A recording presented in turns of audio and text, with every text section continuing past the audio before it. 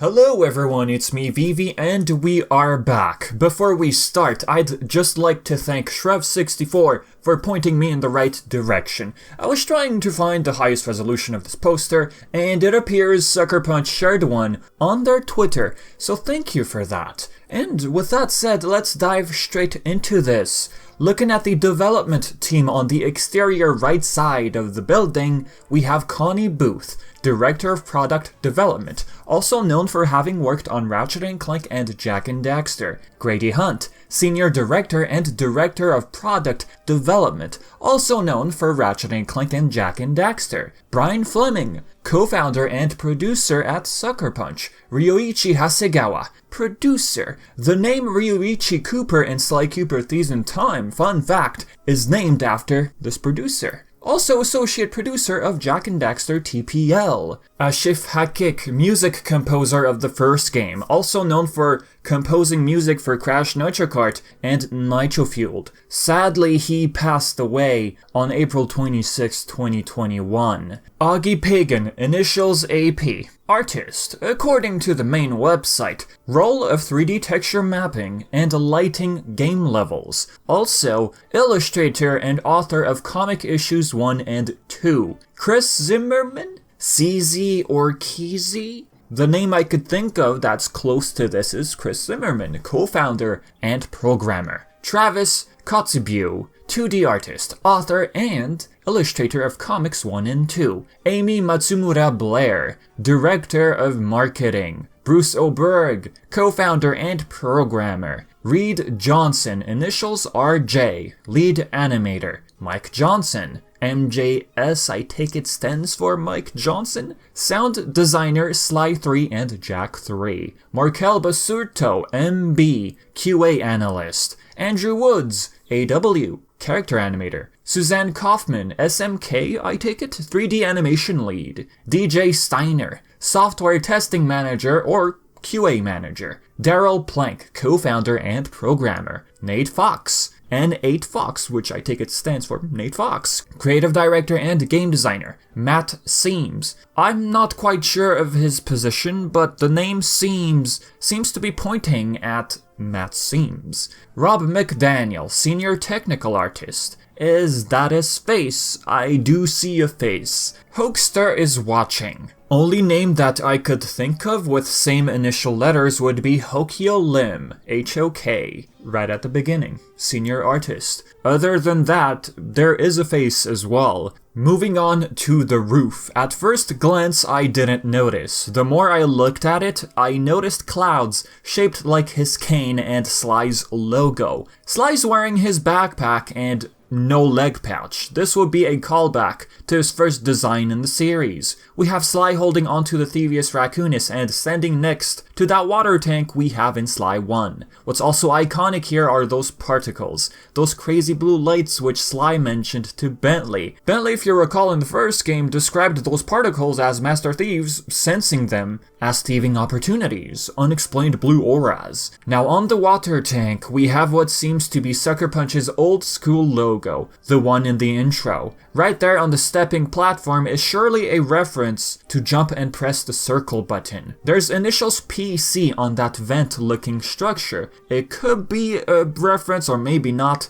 to Peter Chan, an artist at Sucker Punch. Moving on to the 6th floor, we have water flooding from that water tank, and in here we have multiple references to episodes from the first game. We do have a guard, I believe, holding a bat. The guard looks beat up and also seems like they were stripped of their clothes, as if someone stole it. On the wall, only thing I can read is Le Rampy Things. I take it it's a reference to steps, the staircase, you know, ramps. As for things we can easily identify, clue bottle, star coin from the actual police headquarters, horseshoe, mirror of mugshot when facing him, a searchlight, Mug's hat from Dev's Concepts. It does look similar. The chandelier from Sunset Snake Eyes. Pick of a hot dog. I believe that's Grady's hot dog sign right before Carmelita, a reference to Grady Hunt. It also reminds me of that hot dog in the credits. Speaking of which, if we head back outside, there's that hot dog sign again in the valley. The The poster above would be the same poster we have in the final game, Café de Paris, right at the start. As for the valley itself, the only thing I can see, I could be totally wrong here, is D4, which is an actual boulevard in Paris. Moving on, we have a large wooden mallet, which, if I make a guess, belongs to the Walrus Guards in Episode 1, Tide of Terror. We have Fireworks platform from Episode 4, Fire in the Sky. We got a clue bottle safe, slot machine front and back from Boneyard Casino, Raleigh's statue,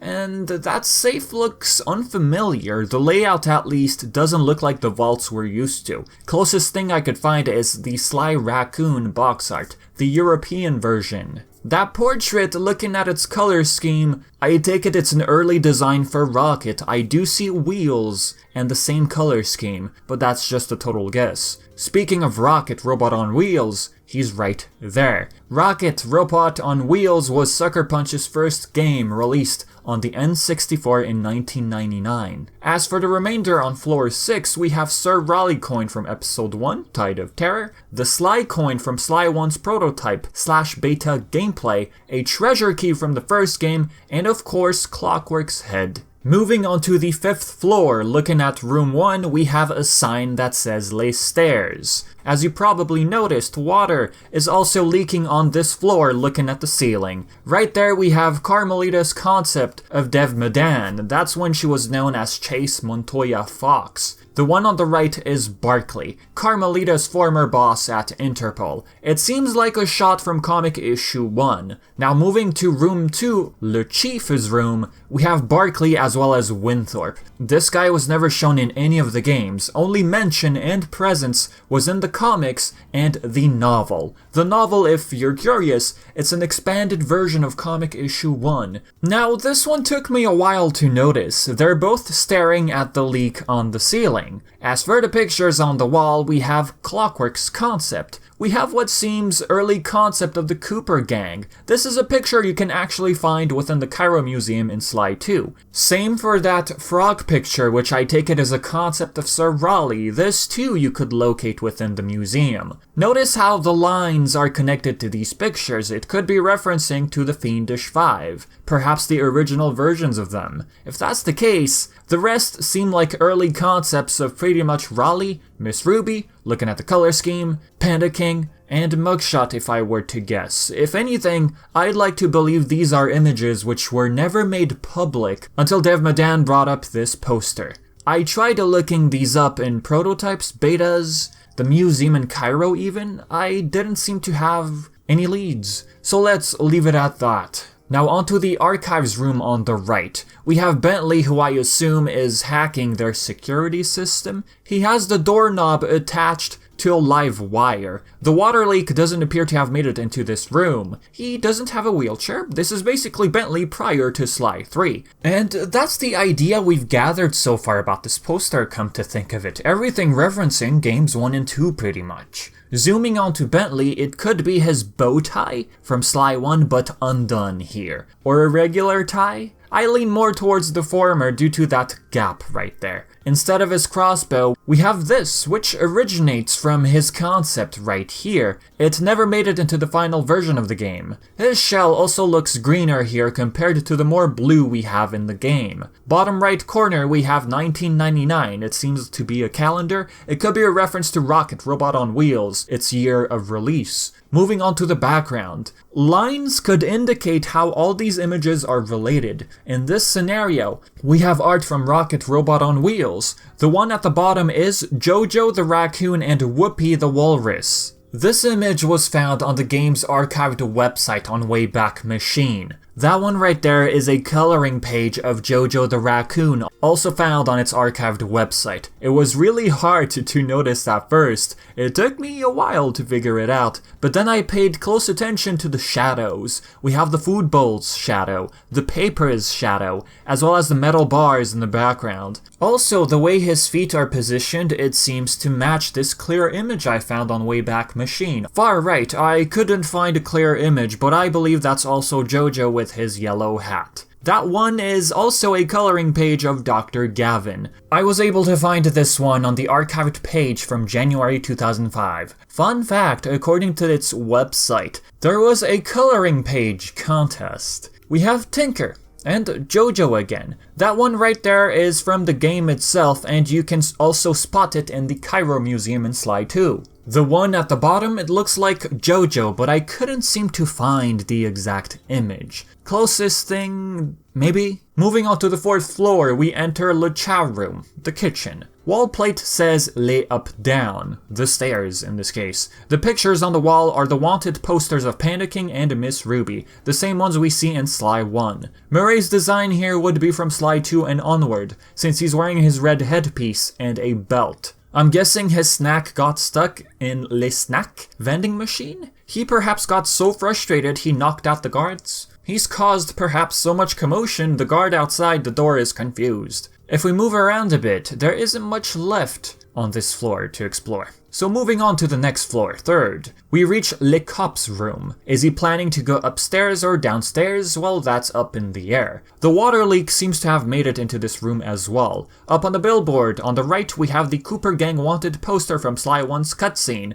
and as for the left side, we have the Japanese version of the poster. Everyone on this floor looks curious about all the noise going on, except for Carmelita. Her eyes seem laser focused on what seems to look like someone's escape plan. That someone, I take it, is Sly. He was quick to sneak out of there, get rid of his disguise, and run out the window and up to the roof, I imagine. Entering Carmelita's room, left corner we have a blue dress. 4 instances of her wearing a dress. Comic issue 1, Sly 2 while dancing with Sly plus its ending, Sly 3's ending, and Sly 4's intro scene. Unfortunately, none of these dresses seem to match the one that's in her office. The only high heels she's ever worn in terms of color would be black. All in all, the dress sitting in her room could just be a throwback to her simply having worn dresses. We have Sly's face plastered on the darts board. It seems kitchen knives were thrown. Her shock pistol is sitting on the office drawers. There's a bottle in the last drawer. It could be random, or it could be referencing that wine bottle from Sly 2's ending. Up top we have Dev Madan's art of Sly. As for the ones after,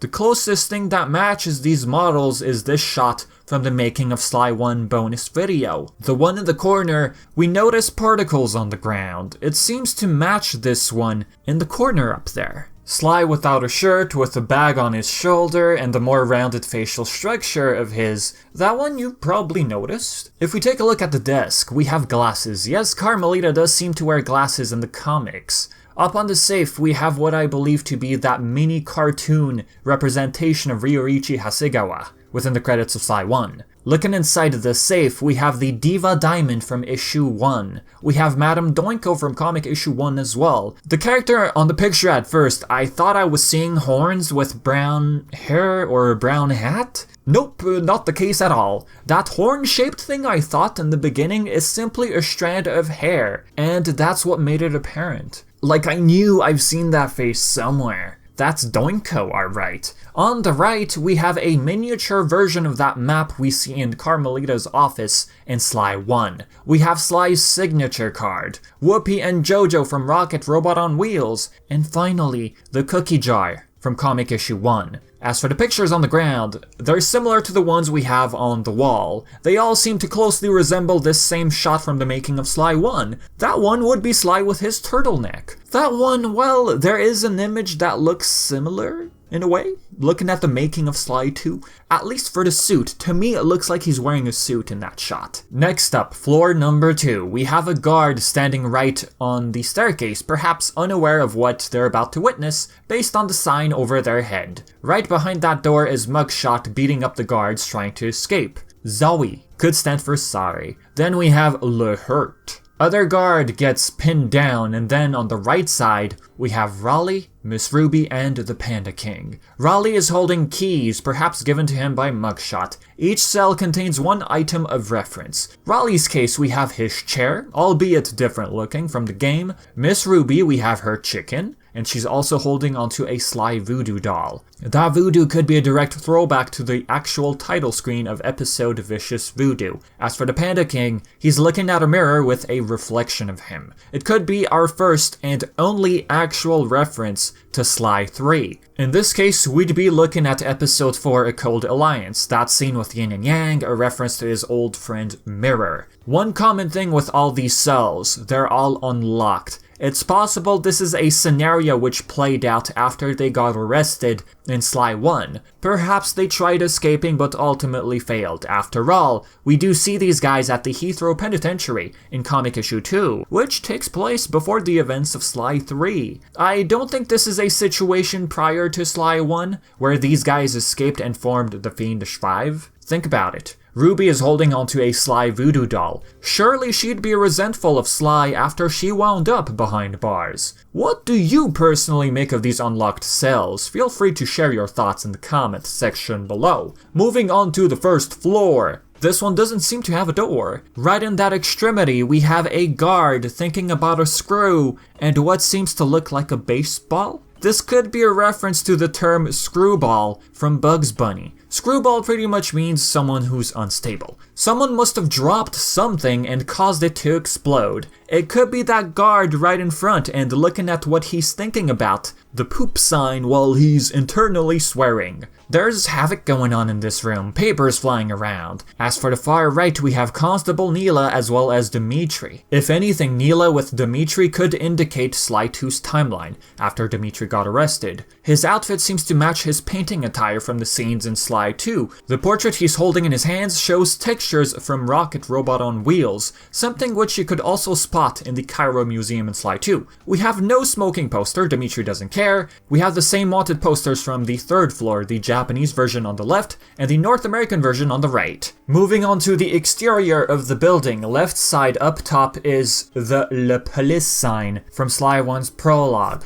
Far left we have Zig and Zag. What you see on screen is a concept by Dev Madan. These guys, well, at least one of them was originally meant to act as the game's checkpoint instead of the hologram. And fun fact, you can actually see one of them in a beta prototype version of Sly Cooper and the Thievius Raccoonus, hiding within a treasure chest. I tried analyzing a street name here, it could be nothing, but I do read Bella or Bell, Red or Reed, only Reed. R-E-I-D we know of is Reed Johnson, lead animator. The one after, I'm not quite sure. Then on the left we have XE? It could just be random letters at this point, really. The numbers on the truck refers to Sly's 20th anniversary, September 23rd, 2002. Far right we have Greasy Sweet, a reference to Dimitri's 100% completion bonus music video from Sly 3. We also have a face, which I take it as something Dimitri painted himself. Looking at the footprints, we have Dimitri as the culprit. Right on the manhole we have Madan's signature as well as the year 2022. Right above that staircase we have Stubbs. This one was a hard one, if not the hardest thing to decipher